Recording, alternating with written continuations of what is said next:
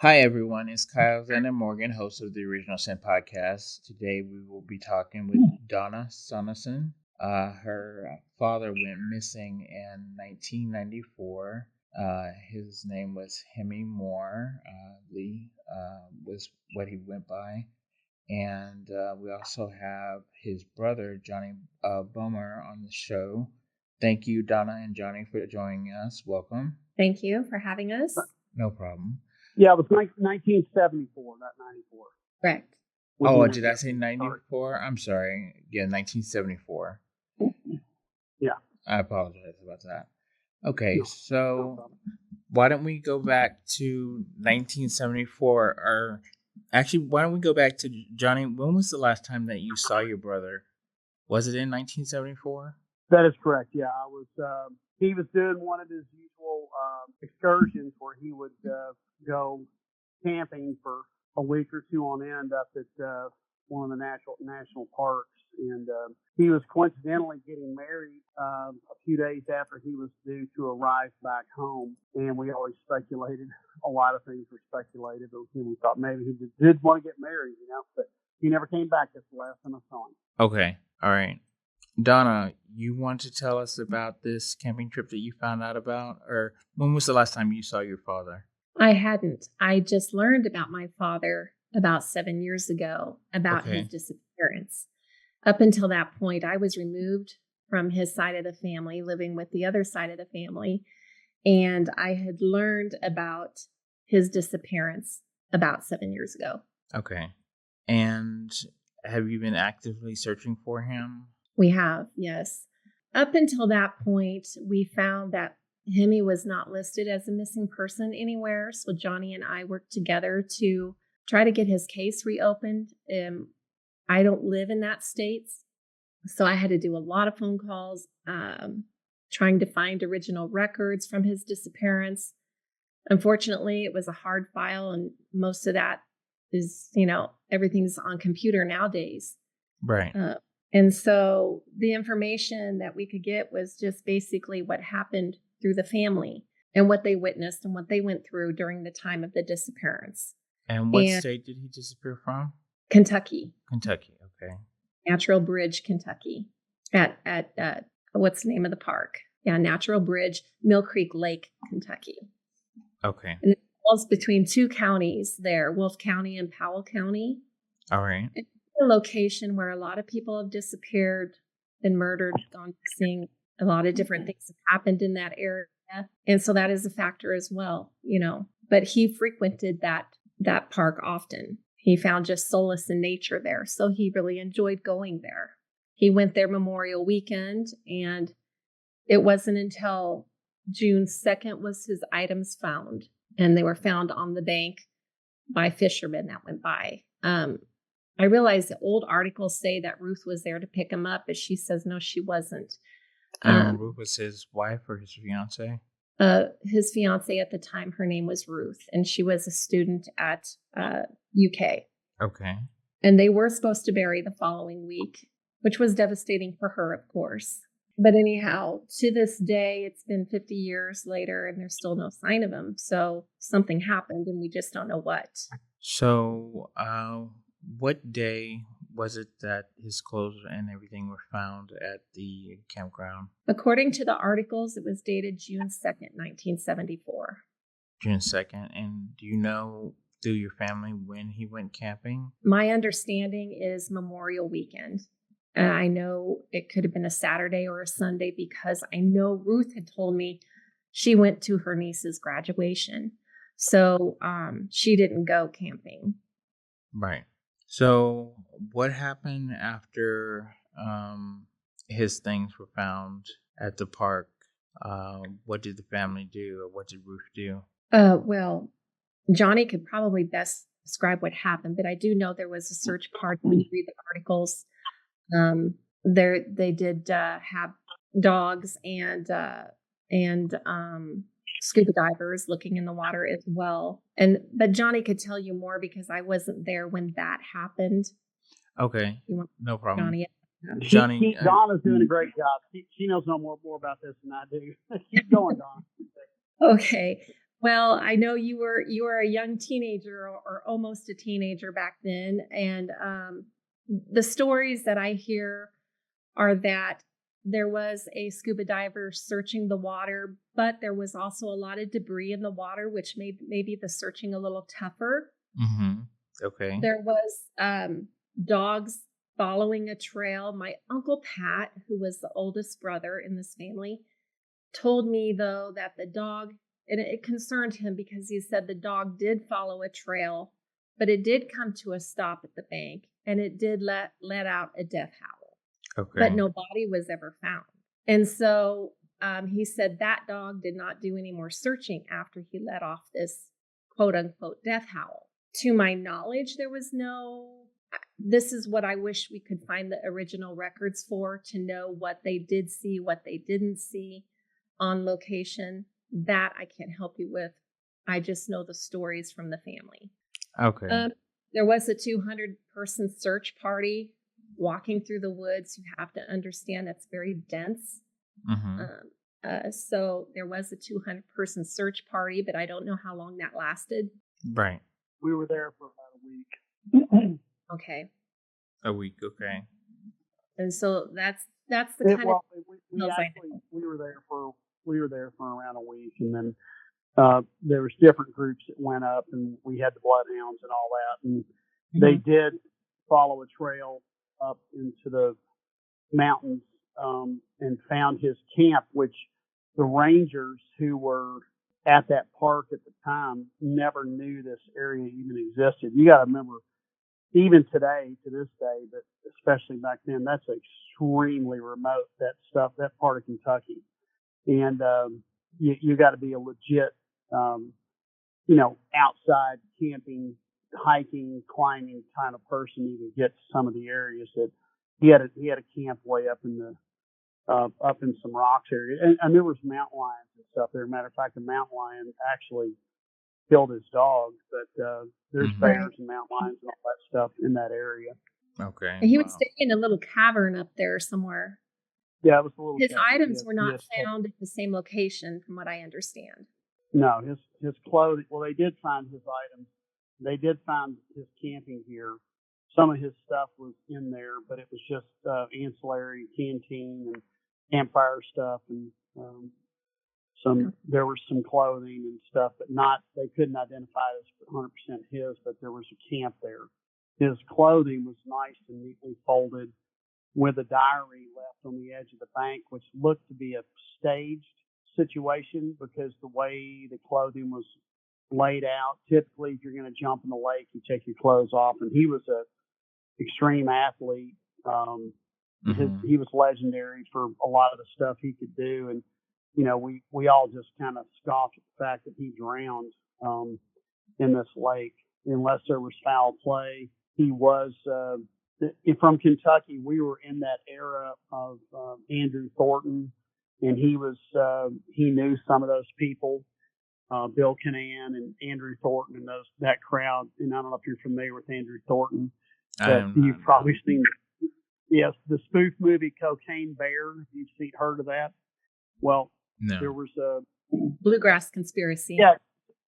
Yeah. Well, there's the Bluegrass Conspiracy. There's a lot of drugs going around in that area between Florida and Kentucky, and there was a guy that was a police officer that threw a bunch of cocaine out of an airplane. I think he ended up dying himself, but they found the cocaine. A bear found it. They made a movie about it just recently. It was called Cocaine Bear, but it was horribly loosely related to what actually happened. But anyway, Hemmy knew some of those people. Lexington was a small town. He was a licensed blacksmith, but he also raced motorcycles and was into the rodeo stuff, and he broke horses for people as well. That's when you get on a horse nobody can ride, and he would ride it and all that. So he was well known. When I grew up, he was the legend. He was the neighborhood hero and well known, well liked individual. And he was just born in the wrong century. We lived in a nice house on a lake in a pretty remote area at the time in Lexington, and he lived across the lake.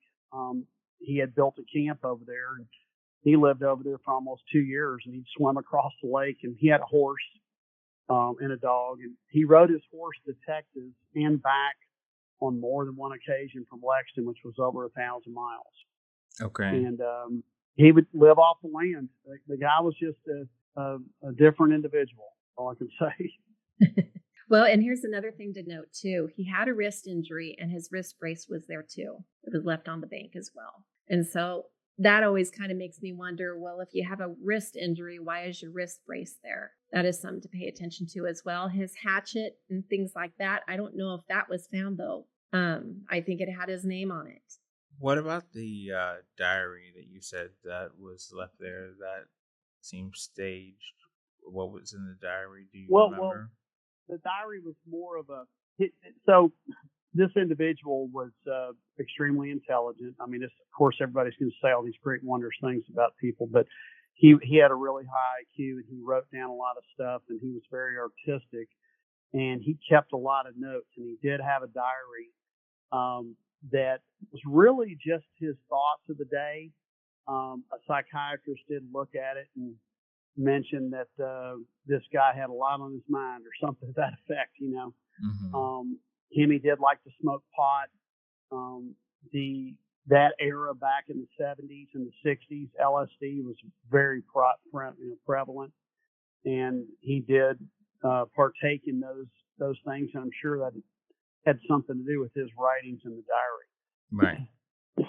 Yeah, definitely. But it's weird that his diary was at the bank, you know. Well, and it's weird that his clothes was folded up and stacked. Yeah, his clothes were folded up and stacked. Yeah, all that just, and then funny enough, you know, the two fishermen that found the stuff, one of them was a psychiatrist, and the other one was a gentleman named Don Cornett, and they were the ones that found his clothes, and they called the police, and the police came, and then they called the park rangers, and of course that's when it leaked back down to my mother.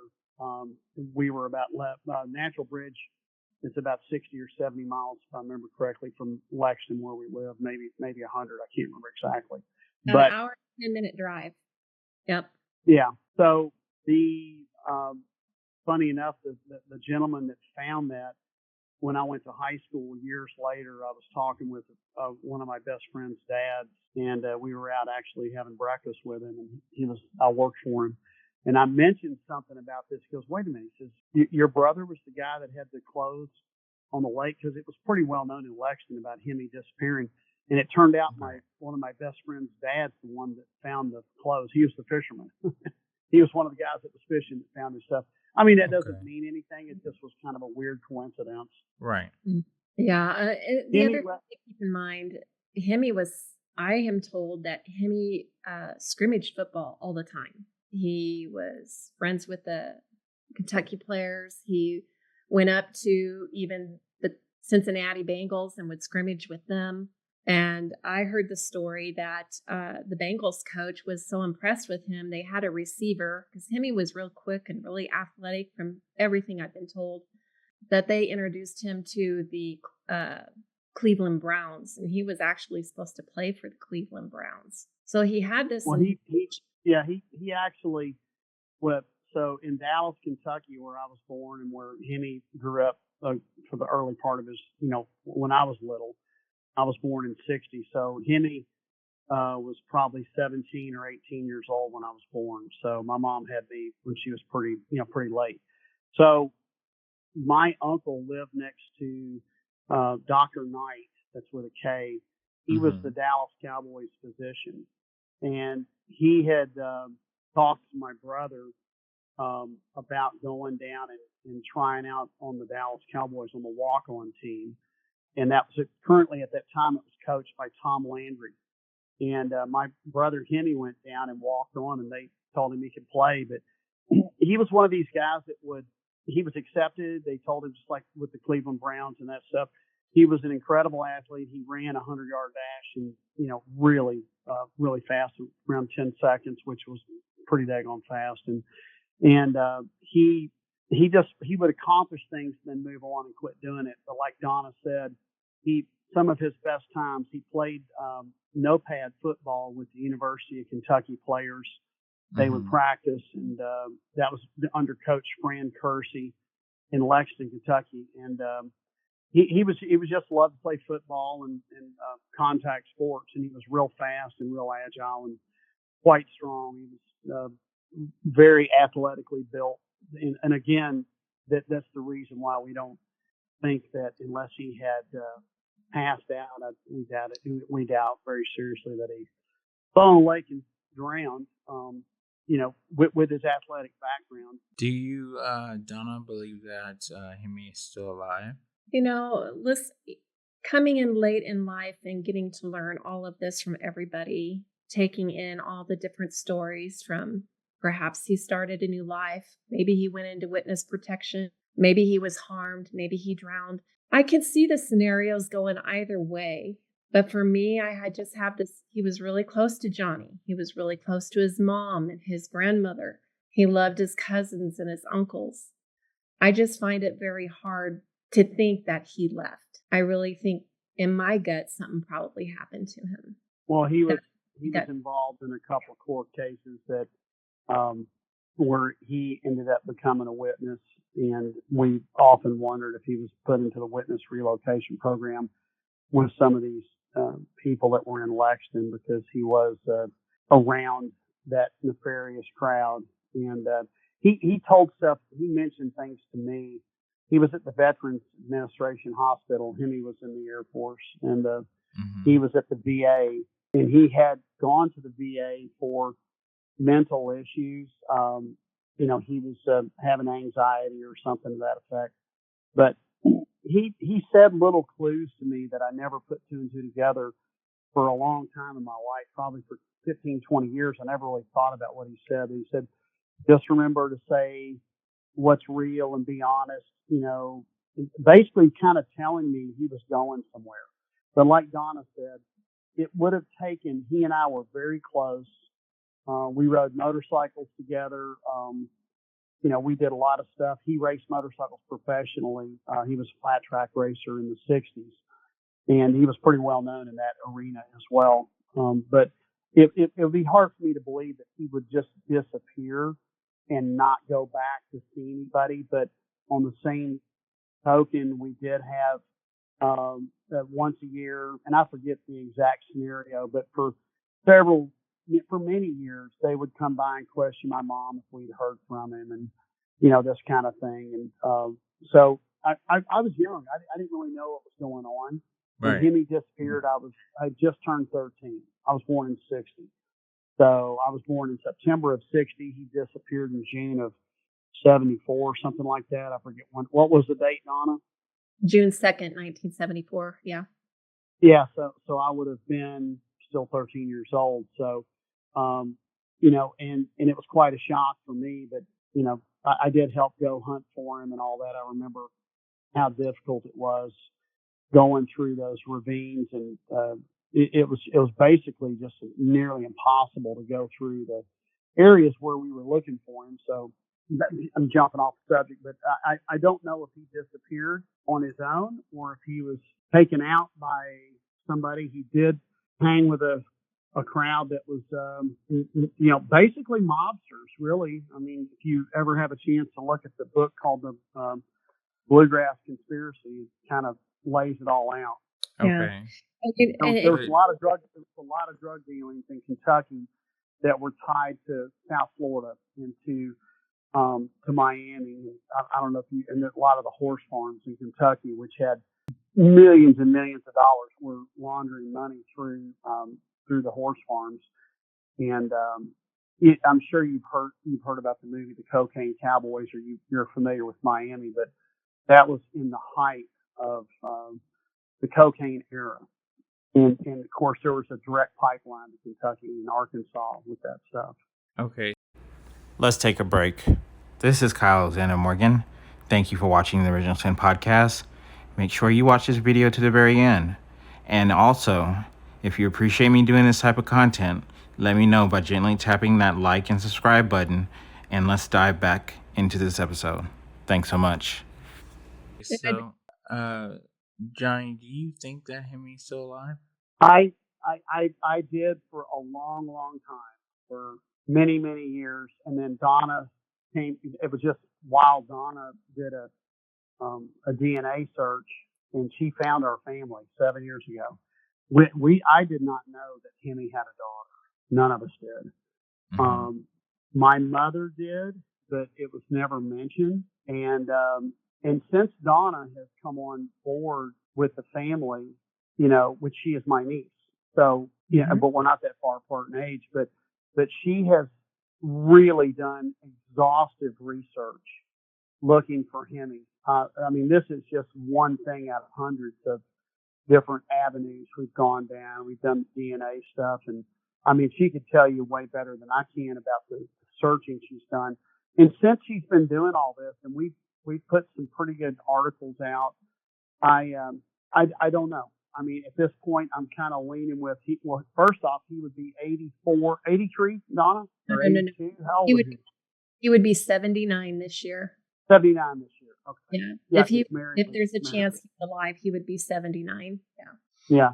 So let me ask you, Johnny, yeah, do you think that he disappeared because you said that he left you hints and you didn't know it at the time, but afterwards you thought about it, that he would leave? I do. I think he disappeared. Yes, I do.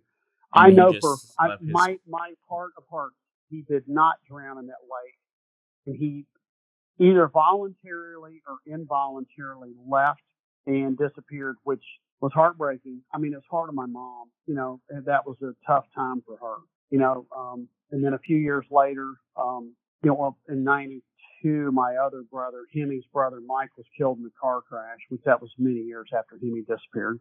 And coincidentally, my sister, Mary Kay, who was my brother, Pat, the oldest brother, died a few months ago, and my sister died yesterday.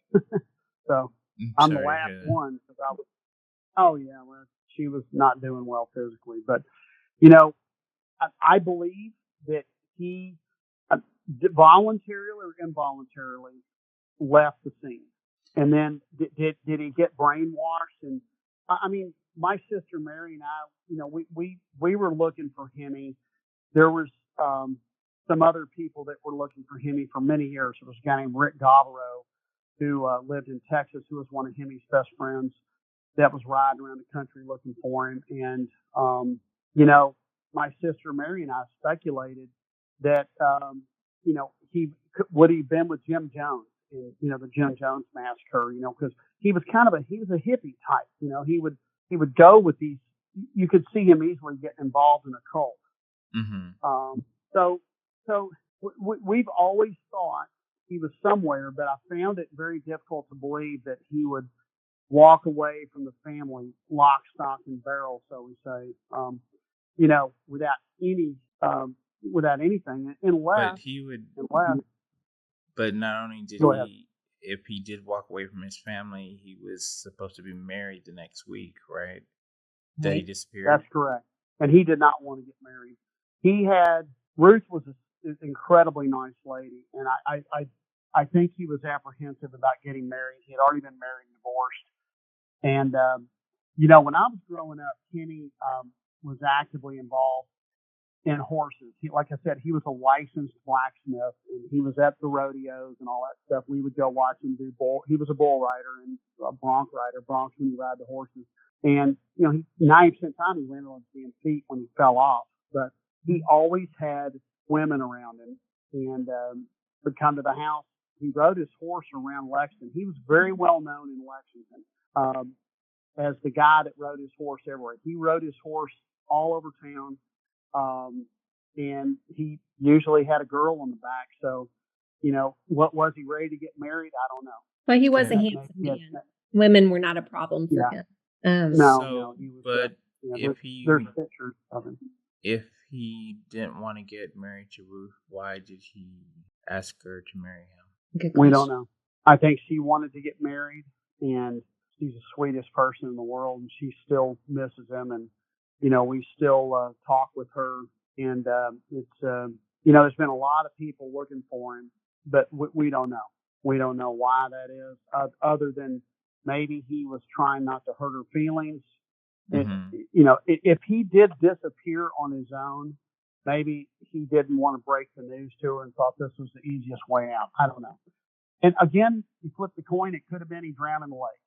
They did drag the lake. The lake did have a lot of trees in it because it was a filled-in ravine, which was typical up in that area on those man-made lakes. So they did have divers. They looked pretty extensively for a few days, and no body ever surfaced. So I know he didn't drown in the lake.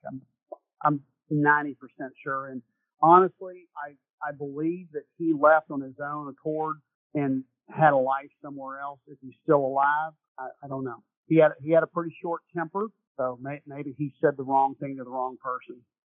I don't know. Okay.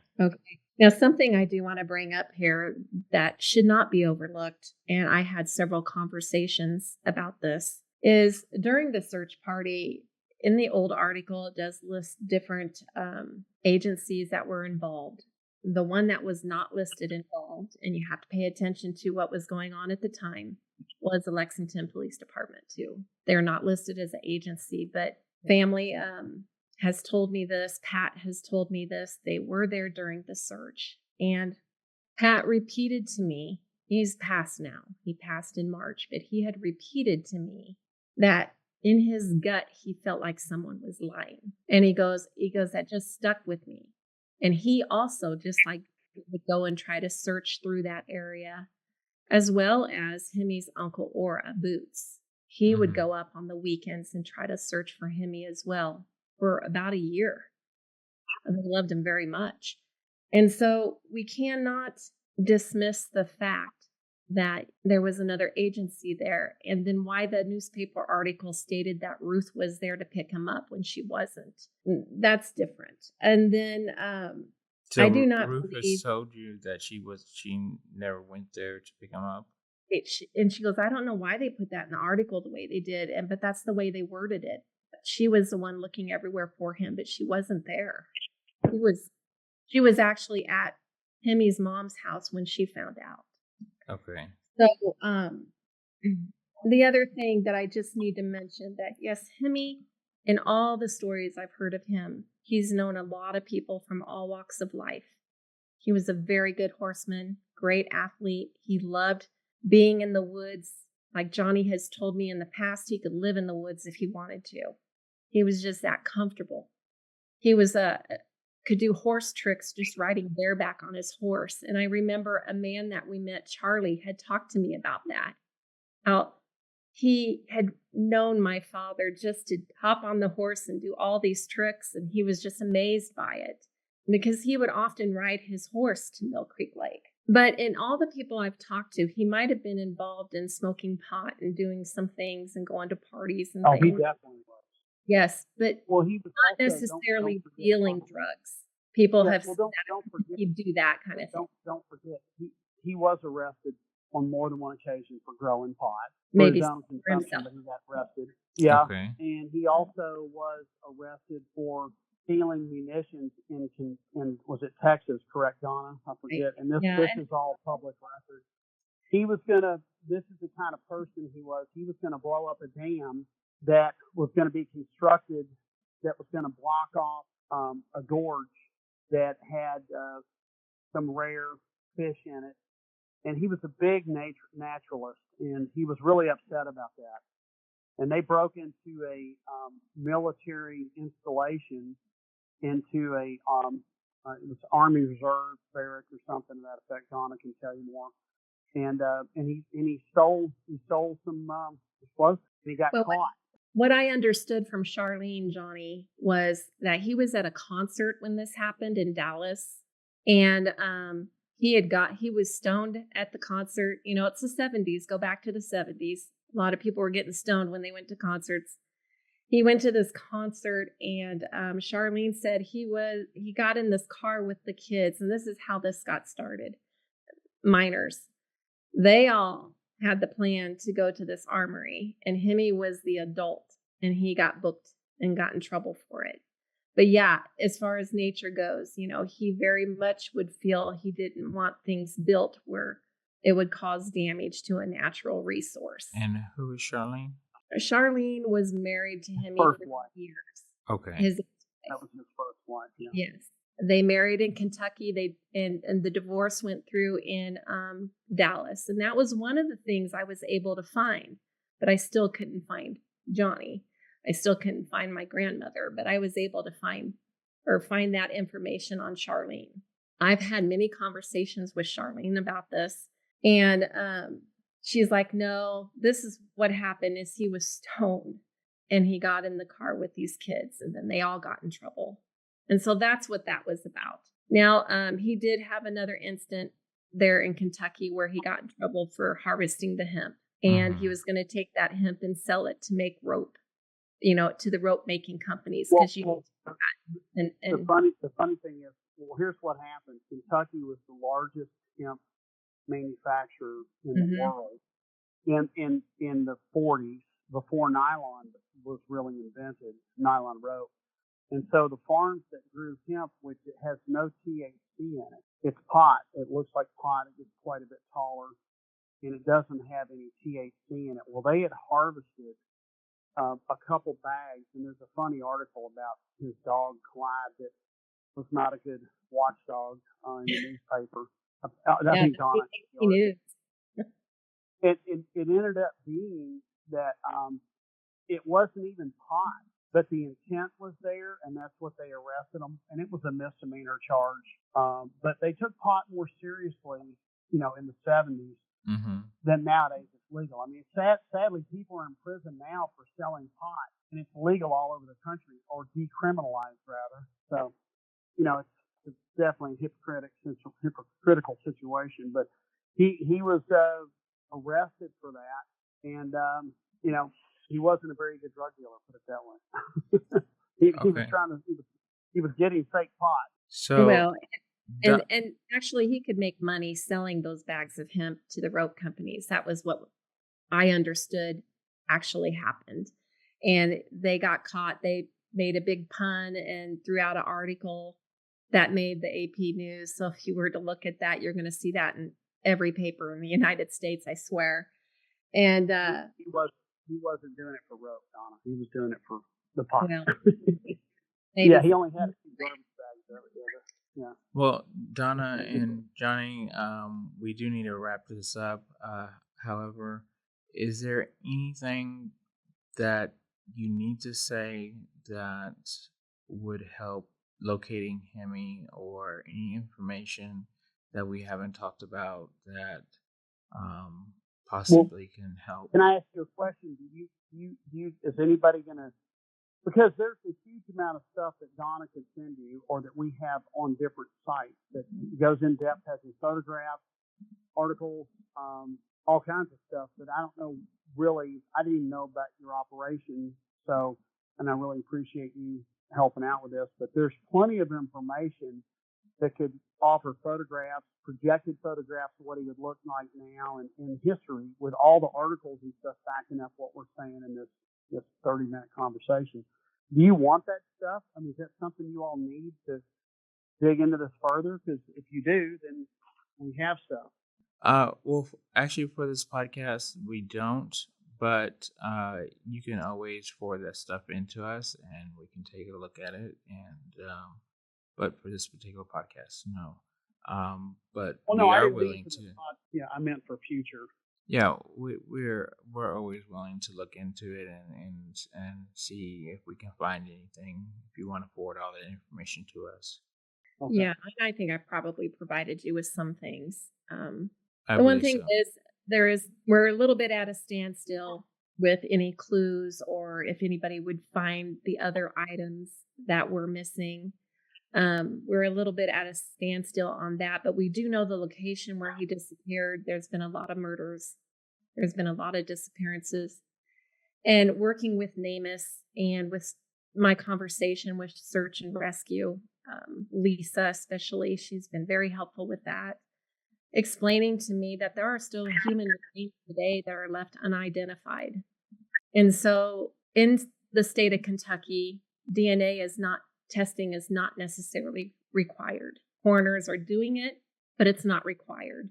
Okay. And that is something that really bothers the search and rescue folks there, because they have such a high number of human remains, missing persons, murdered people in that area. Now, I don't know what happened to my father. He's got to go, Donna. Okay. I don't know what happened, but I'm sure hoping, it's been 50 years and he's not been found and he's not returned home. So something's happened. Well, Donna and Johnny, thank you for joining us. We hope that you get answers for where Hemmy is, if something happened to him or he left, whatever the case may be, that you're able to find that out in the very near future. We wish you the best with that. Thank you so much. Okay. Thank you much. Thank you, and you have a great day. You too. Bye.